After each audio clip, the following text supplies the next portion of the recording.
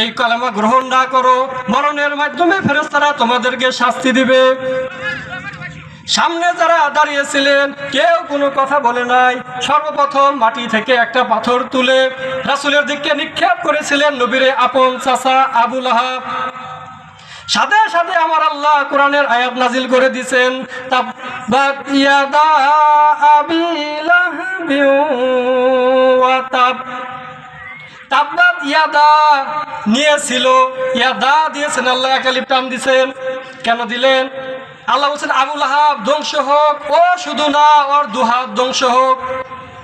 আবু লাহাব কিন্তু পাথর মেরেছিল এক হাত দিয়ে, আল্লাহ ওর দুহাত ধ্বংস করলেন কেন? আল্লাহ কি অবিচারক? আল্লাহ পাক বলতেছেন আমি আহকামুল হাকিমিন, আমি হচ্ছি ন্যায় বিচারক।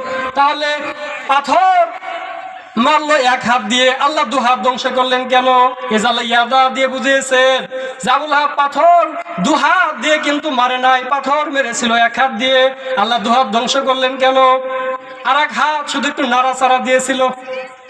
আপনি যদি কোনো জিনিস সামনের দিকে নিক্ষেপ করেন দেখতে পাবেন আর এক হাত একটু নাড়াচাড়া দিবে, শক্তি দিবে।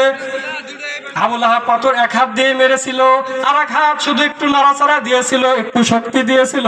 আল্লাহ পাক বলেন আমি ওটাও বরদাস্ত করি নাই, ওটাও ধ্বংস করে দিয়েছি।